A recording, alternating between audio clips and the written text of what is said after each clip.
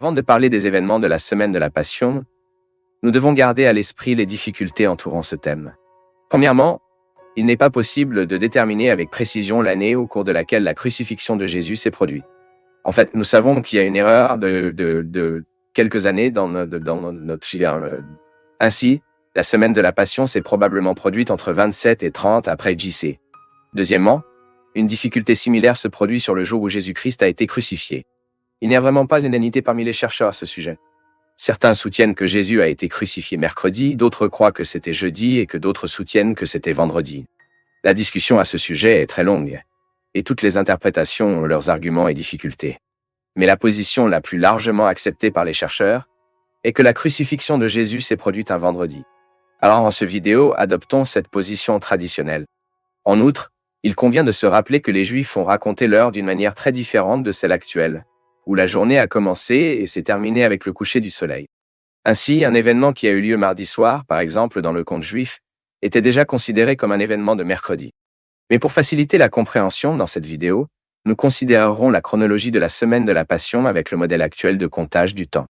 Ensuite, la semaine de la Passion a commencé avec le dimanche, où l'entrée triomphante de Jésus s'est produite à Jérusalem. La Bible dit que Jésus est entré dans la ville de Jérusalem monté sur un âne. En entrant à Jérusalem vers le temple, beaucoup étendaient leurs robes et branches des arbres en cours de route. Et dans ce cas, il y a une connexion claire avec les prophéties enregistrées dans l'Ancien Testament. Le prophète Zacharia, par exemple, a prophétisé exactement à ce sujet en parlant d'un roi juste et humble qui apporterait le salut et qui viendrait monter sur un âne. De plus, le psaume 26, un psaume messianique, célèbre prophétiquement la procession du Messie et à l'entrée triomphante. La multitude a exactement pleuré ce psaume. Et après cela, Jésus a passé la nuit à Béthanie.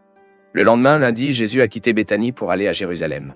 Le texte biblique dit qu'il avait faim et qu'il est allé chercher des fruits dans un figuier, mais n'a pas trouvé et a fini par maudire ce figuier, qui a fini par apporter une leçon importante à ses disciples. À Jérusalem, Jésus a effectué la purification bien connue du temple, lorsqu'il a expulsé les marchands qui ont fait le commerce à cet endroit. Déjà tard, Jésus a quitté la ville de Jérusalem. Il est très probablement retourné à Béthanie, pour le lendemain. Ils ont vu le même figuier qui avait été maudit plus tôt, indiquant qu'ils ont traversé la même manière. Mardi de la semaine de la Passion, étant à nouveau à Jérusalem, Jésus est allé au temple et a commencé à enseigner. Donc les princes des prêtres, les scribes et les anciens l'ont approché pour lui faire face aux derniers événements. Ils voulaient trouver une raison pour pouvoir arrêter Jésus. Et dans ce contexte, Jésus-Christ a raconté les paraboles des deux fils, les mauvais agriculteurs et le mariage du fils du roi. Mardi également, Jésus a prononcé son sermon eschatologique. Dans ce sermon, il a parlé de la destruction du temple de Jérusalem et des événements qui marqueraient le déploiement de l'histoire jusqu'au jour de sa seconde venue. Mercredi, le plan de tuer Jésus a gagné en force avec la rencontre des dirigeants des gens pour conspirer contre lui. Dans le cadre de cela, Jésus a averti ses disciples qu'ils seraient délivrés pour être crucifiés. Le même jour, Jésus a été oint à Béthanie par une femme qui lui a apporté une preuve précieuse dans un vase d'albâtre. Jésus lui-même a raconté l'attitude de cette femme comme préparation de son corps à l'enterrement. Et aussi, mercredi, Judas Iscario était trouvé les prêtres des prêtres, afin de régler un accord pour délivrer Jésus. Jeudi déjà, Jésus a donné des instructions à ses disciples sur les préparatifs de Pâques. Et quand ils participaient déjà au repas de Pâques, Jésus a parlé à ses disciples que le traître était parmi eux. C'est aussi à ce moment-là que Jésus a institué le souper du Seigneur qui devrait être observé à la place de la Pâque juive.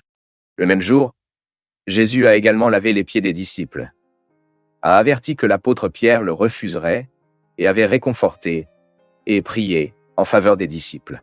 Entre jeudi soir et vendredi, il y avait une séquence de nombreux événements importants de la semaine de la Passion. C'est parce qu'après avoir déménagé avec les disciples, Jésus est allé sur la colline des Olives pour prier dans un endroit appelé Gethsémane. Mais un peu plus tard, le disciple de traître s'est approché de Jésus et lui a donné le baiser de la trahison, entraînant ainsi son arrestation. En tant que prisonnier, Jésus a assisté à la Sanhédrin, qui était essentiellement la cour suprême juive qui a demandé une accusation contre lui. C'est également pendant cette période que Pierre a nié Jésus selon ce que Jésus lui-même avait annoncé. Et après avoir été officiellement accusé par la Sanhédrin, Jésus a été emmené devant Pontius Pilate, le gouverneur romain de Judée à l'époque. Ainsi, dans une sorte de jeu politique, Pilate a envoyé Jésus à Hérode Antipas, le tétrarque de Galilée. Hérode Antipas, à son tour, a interrogé Jésus et l'a renvoyé à Pilate. Et dans ce contexte, la Bible dit que Pilate a présenté devant la foule Jésus-Christ et Barabbas. Mais la foule a décidé d'acquitter le malfaiteur, puis vers 6 heures vendredi matin de Passion, Jésus a été condamné à mort. Après cela, toujours le matin de la Passion, Jésus a été entravé jusqu'à ce qu'il soit crucifié à 9 heures du calvaire, mourant vers 3 heures de l'après-midi, après avoir livré son esprit au Père. Puis un soldat, il a transposé le corps de Jésus avec une lance, accomplissant ainsi les Écritures. Et enfin, le corps de Jésus a été enterré avant le coucher du soleil vendredi de la Passion dans la tombe fournie par Joseph d'Arimathée. Tout au long du samedi, Jésus est resté enterré. Selon la Bible, sa tombe a été soigneusement surveillée par un détachement de la garde romaine. Et dimanche, la journée la plus spectaculaire de l'histoire a eu lieu, lorsque le début du Christ est ressuscité des morts, et, triomphalement, a commencé à apparaître à ses disciples. Les 4 évangiles décrivent clairement la tombe de Jésus vide et ses apparences après la résurrection. Bien que les soldats qui gardaient le tombeau de Jésus aient été soudoyants pour nier la vérité du miracle qui s'était produit, ils n'ont pas pu faire taire la bonne nouvelle de la résurrection de Jésus-Christ.